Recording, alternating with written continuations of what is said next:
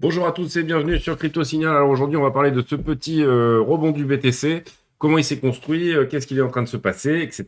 Est-ce qu'on est parti pour un short squeeze un peu plus violent? Donc on va attaquer un petit peu les figures chartistes, ce genre de choses, etc. Et on ira également faire une analyse de Tron, donc TRX. Tron le mal-aimé, Tron le copieur, mais sur qui on copie aussi. Tron, voilà, qui peut éventuellement nous montrer des jolies choses en ce moment. Tout le monde l'avait laissé de côté, mais potentiellement il est en train de nous montrer quelque chose. Donc on passe tout de suite en partage d'écran sur la courbe du BTC ici. Donc vous voyez qu'on a eu une première structure de retournement là qui s'est posée ici, avec la cassure de ce dernier plus haut et le fait qu'on ne soit pas descendu plus bas que celui-ci, ce qui nous forme un petit W de retournement. Qu'est-ce qu'on attendra? On attendra éventuellement de casser cette trendline ici, qui est la ligne de coup de l'épaule tête-épaule, dont je parle depuis pas mal de temps, et on attendra de revenir péter le premier arrêt depuis mars 2020, premier arrêt qu'on défend déjà depuis pas mal de temps, donc on oscille autour, on est en train de ranger dessus, mais on va dire que les Bulls ne veulent pas se laisser embarquer en dessous de ce niveau-là. Vous savez que pour moi, on est dans une structure d'accumulation ici, pour moi, hein, c'est mon avis encore une fois, et non une structure de distribution. Qu'est-ce qu'on a en termes de figure chartiste? On a un biseau descendant ici en élargissement, la figure bleue, que j'ai réactualisée. Alors pour moi, avant, elle se trouvait comme ceci, donc on l'avait cassée. D'ailleurs, on peut tout à fait considérer que ce biseau-là a cassé, mais si je rajoute des figures et des figures et des figures sur le graphique, au bout d'un moment, c'est déjà quand même déjà pas mal le bazar. Donc voilà. Qu'est-ce qu'on attendra aussi bien sûr comme confirmation? C'est la cassure ici du premier arrêt, mais qui voudra aussi dire cassure de ce dernier plus haut. Donc encore un W qui se crée ici, d'accord? Et ce W là aussi qui est valide, ok? Donc vraiment très très important de venir casser ici les 44 424 $.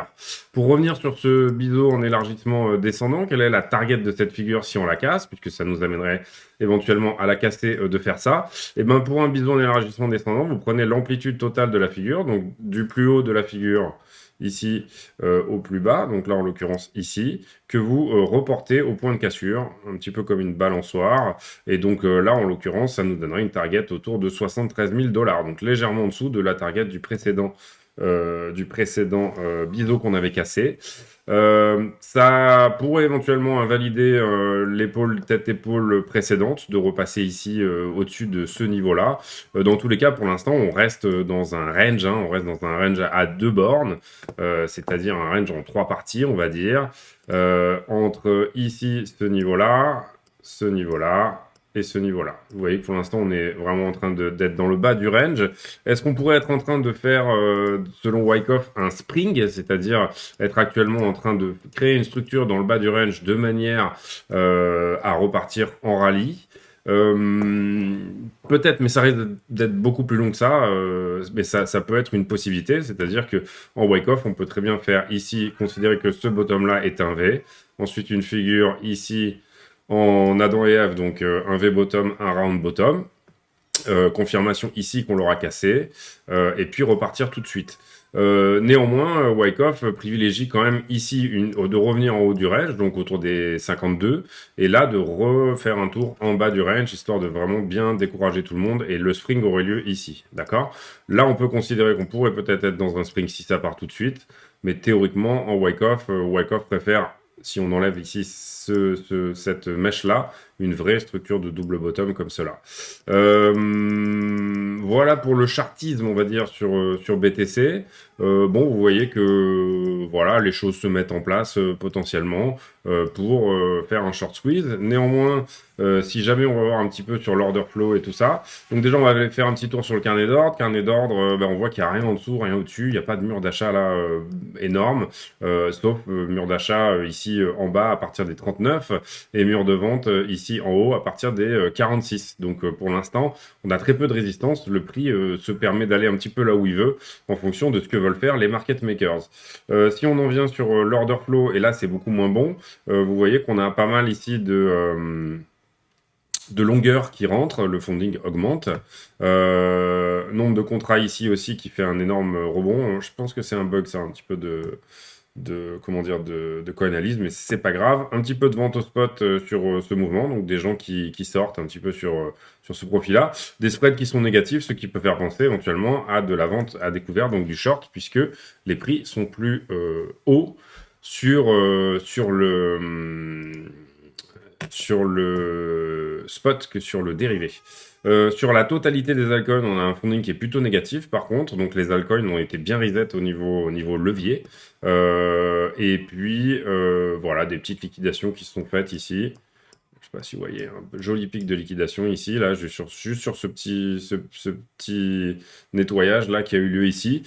Et si par contre on regarde les niveaux de liquidation, là, c'est pas Jojo, c'est-à-dire qu'on a énormément de positions qui s'ouvrent, en tout cas sur ce contrat là, BTC, USDT, Binance, en dessous. Et ça, c'est vraiment pas ce qu'on veut voir, c'est-à-dire qu'on veut que si jamais il y a un short squeeze et un rebond, les gens n'y croient pas. Et là, en l'occurrence, eh ben, vous voyez que tout le monde y croit encore. Donc, malheureusement, probablement qu'on irait recueillir au moins une partie de ces gens qui sont rentrés sur ce rebond-là. Vous voyez le nombre de positions qui s'ouvrent ici. On voit ici tous les leviers en x50, x100 qui sont rentrés sur ce rebond, pensant avoir trouvé le bottom. Au niveau de Kingfisher, si on regarde les liquidations aussi, on voit qu'on a un pic à venir chercher au 41 600. Donc peut-être une petite correction là à l'instant T pour venir cueillir ces mecs-là. Glassnode, il se passe rien, c'est-à-dire les adresses à plus de 1000 bitcoins, au niveau de distribution, etc., les adresses à plus de 1000 bitcoins sont en stagnation malgré une baisse de prix. Adresse à plus de 10 000 bitcoins, augmentation, mais assez faible depuis qu'on est dans ce range. Là, on est plutôt toujours entre les 90 91 adresses. Et par contre, au niveau des adresses à plus de 100 bitcoins, on voit qu'il y a une forte capitulation et un petit peu de distribution ici. On passe au top ici, on était à 16 000 et on descend à 15 900. Bah voilà pour le BTC, je pense. On va aller faire d'abord un petit peu des news. Rien de spécial au niveau de la bourse. On me dit que la hausse des cours reprend sur le Nasdaq. Ça, c'est ce que j'avais un petit peu évoqué hier, que c'était un petit peu un bear trap, toute cette histoire. Néanmoins, on sait que les prix du pétrole sont très forts. Covid, c'est plus une narration puisque a priori, on est sur une fin de pic encore qui a un petit retour là. Vous voyez, je sais pas si vous voyez ici, mais on a un petit. Donc on suivra ça de près. Néanmoins, le nombre de morts qui reste stable. Bon, aux États-Unis, il y a peut-être quelques zones où les hôpitaux sont un peu débordés, mais rien de spécial. On revient donc rapidement sur le prix du BTC pour faire une analyse grâce à l'order flow, après l'analyse chartiste. Analyse grâce à l'order flow, on voit que ce retracement là qu'on est en train de vivre après cette jolie bougie avec un petit peu de volume est relativement normal. Si jamais on revenait par exemple au 41 600, ça ferait quand même une grosse correction. On reviendrait chercher cette ligne d'axe ici, la ligne verte là. Ça ferait quand même une grosse correction, à savoir en Fibonacci, si on va voir. Ça nous ferait une correction à quasi 76, donc un retour en zone de rechargement de ce petit mouvement. Pourquoi pas, c'est-à-dire continuer à ranger un petit peu encore là-dedans, mais en faisant des plus hauts, toujours un petit peu de plus en plus haut, et venir chercher petit à petit le premier arrêt ici, et puis ensuite redescendre, et ainsi de suite, jusqu'à ce qu'enfin on ait un petit peu cueilli tout le monde, pourquoi pas. Pourquoi pas rester dans ce bas de range là pendant un certain moment. Si jamais on casse par contre cette ligne jaune là, c'est très boule. Si jamais on casse le premier arrêt, c'est encore plus boule pour éventuellement, déjà dans un premier temps, revenir faire un tour entre 47 700 et 49. Voilà, je pense que c'est ce qui est en train de se dessiner. Peut-être une grosse correction à venir, néanmoins, c'est ce qu'on a vu sur l'order flow. Vous avez vu qu'il y a trop de longueurs qui essayent de choper ce train. Et puis voilà, on va passer maintenant sur Tron. On va faire une analyse assez rapide sur Tron quand même. Donc Tron, bon, le projet, en gros, c'est globalement une copie d'Ethereum, de la DeFi, etc. Dès le départ, Tron ne s'est pas caché de copier un petit peu les white papers de tout le monde, etc. Ça en a fait quelqu'un de mal aimé, mais quand même bien pratique quand il s'agit d'économiser des frais sur la blockchain Ethereum. Donc du coup, voilà, quand vous utilisez la blockchain Tron, vous payez moins de frais. Et la plupart des exchanges le proposent parce que Tron est un projet relativement vieux, je pense qu'il est de 2017. Enfin, il a toujours été un petit peu. Il avait fait un top 10 à un moment. Enfin voilà, c'était un projet assez hypé, etc. Et tout. Qu'est-ce qui se passe au niveau structure? Eh ben, on va essayer de trouver la zone de rechargement de ce mouvement-là. Tac. Donc, on met un Fibonacci dans la descente et on récupère le niveau entre les 0,618 et les 0,786. On voit qu'on est pile poil dedans. Si jamais on faisait la zone de rechargement de la structure plus grande en haut, qu'est-ce qu'on aurait par exemple? Ça m'intéresse de regarder. On aurait une zone de ici à là. Et c'est pareil, on est en fait au croisement entre deux zones de rechargement, la zone de rechargement à très long terme et celle à plus court terme. Euh, à partir de là, quels pourraient être éventuellement les niveaux de profit qu'on pourrait... On va d'abord reparler un petit peu plus de la structure. Tron est en train de nous dessiner une structure en daily qui pourrait potentiellement être intéressante si jamais il vient casser ce dernier plus haut là. Voilà, il semblerait qu'il soit en train de dessiner quelque chose, donc à vérifier. Il est passé de l'autre côté de ces deux trendlines précédentes, donc relativement intéressant au niveau localisation, zone de rechargement. De l'autre côté de la trendline, donc ça c'est pour la localisation. Au niveau structure, on attendra la confirmation ici de la cassure de cette bougie-là, celle qui est ici, d'accord? C'est pour ça que je viens de mettre une alerte. Ensuite, on va regarder un petit peu les indicateurs. Alors, indicateur, je vais utiliser ici le Market Cipher en daily, Market Cipher qui montre très bien toutes les divergences, etc. On voit ici qu'on est plutôt sur le haut du RSI. La droite bleue, là, ici, c'est le RSI. Et la droite du bas, c'est le momentum. Et ici, vous avez ici une ligne de signal qui vous dit s'il faut acheter ou vendre, globalement. Pour faire très simple. Excusez-moi, pour faire très simple. Ça, la ligne verte, là, ici, c'est l'argent. Alors, je ferai un tuto vraiment complet sur Market Cipher et ma manière de l'utiliser, mais néanmoins, je vous explique un petit peu comment il fonctionne. C'est un petit peu un indicateur 3 en 1, donc voilà.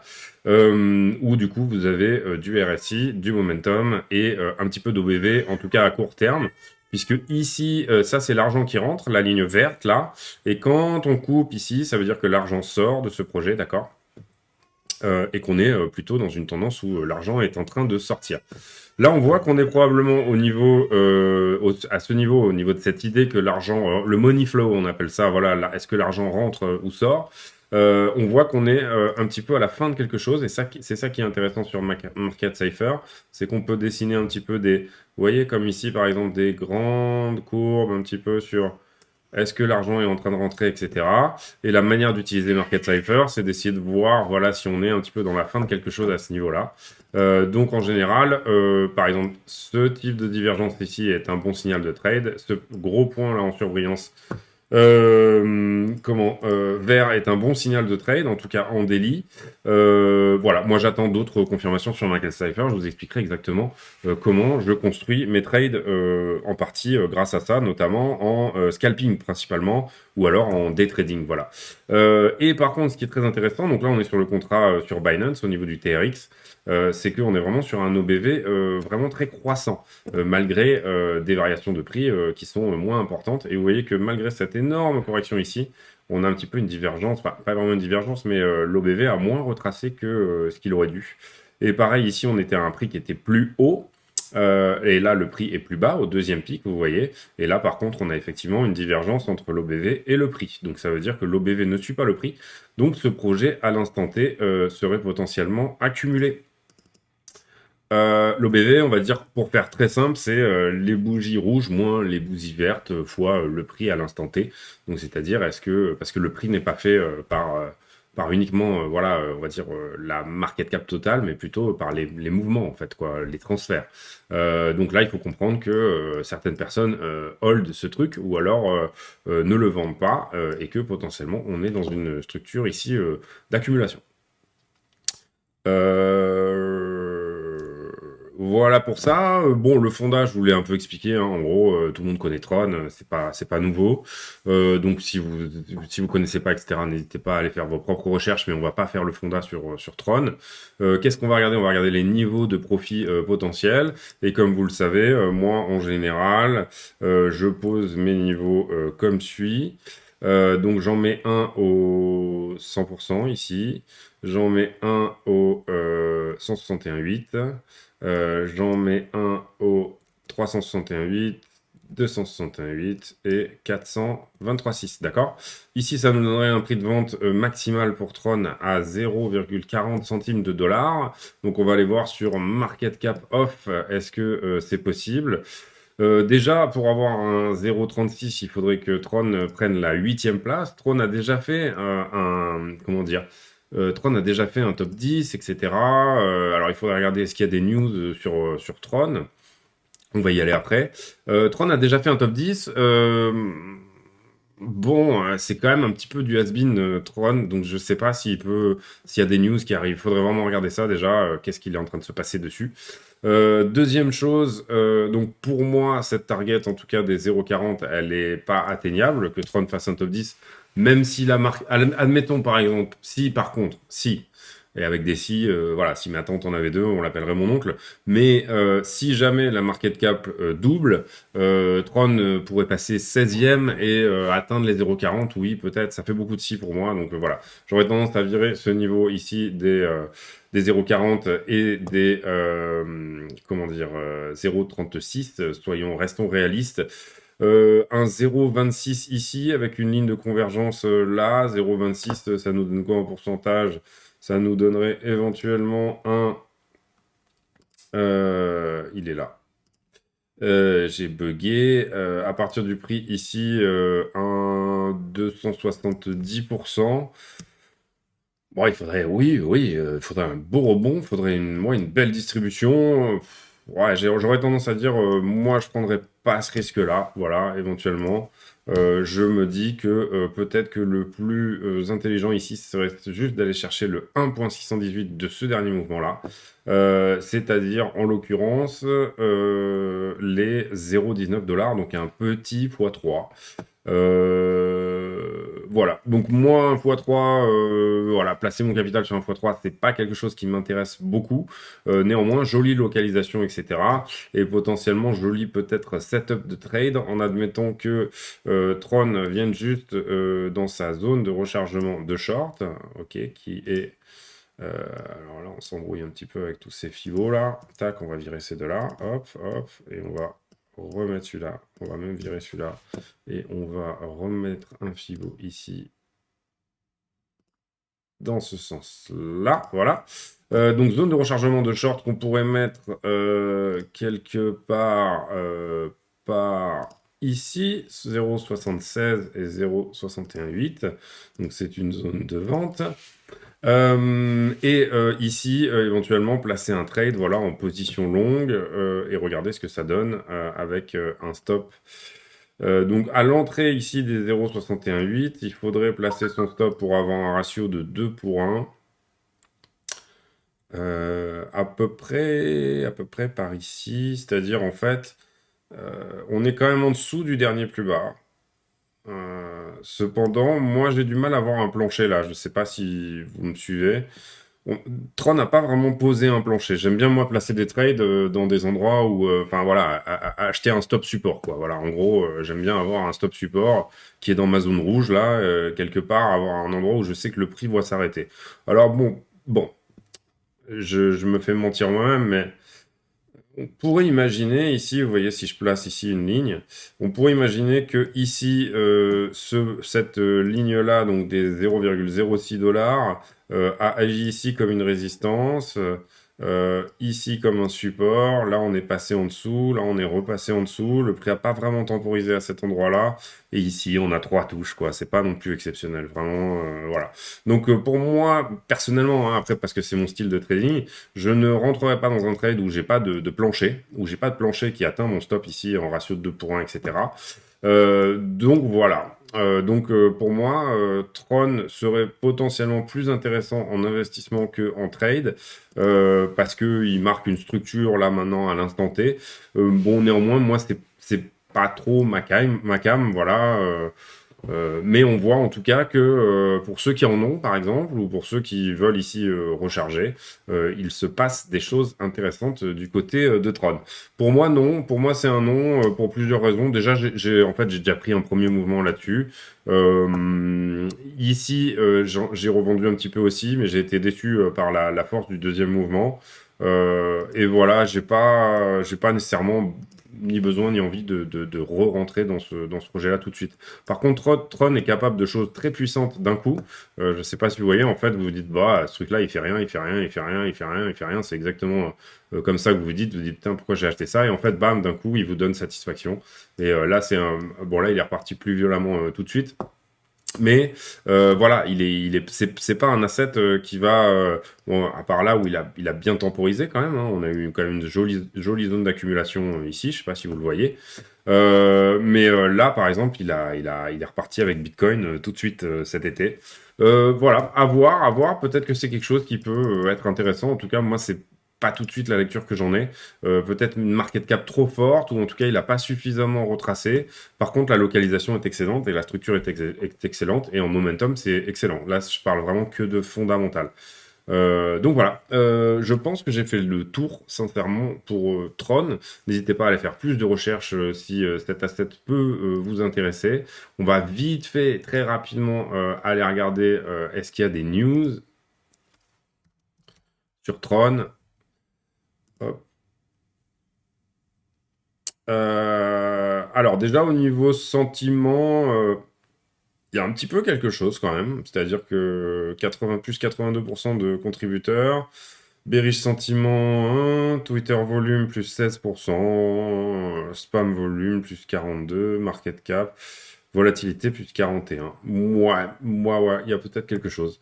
Et puis, dans CoinMarketCal, on va dans les upcoming events, on va mettre ici TRX et faire une recherche. Token 2049 Singapour du 4 au 5 mai, Cello et 16 autres. Ouais, donc ça doit être une conf. Et dans les past events, est-ce qu'il s'est passé quelque chose sur Tron dernièrement? Hop. 11 décembre, Telegram AMA, ouais, US Europe, Malte, NFT, NYC. Le flux se lance sur Solana et Tron. Ça, vous savez que le flux, il y a des paires qui sont toujours ajoutées.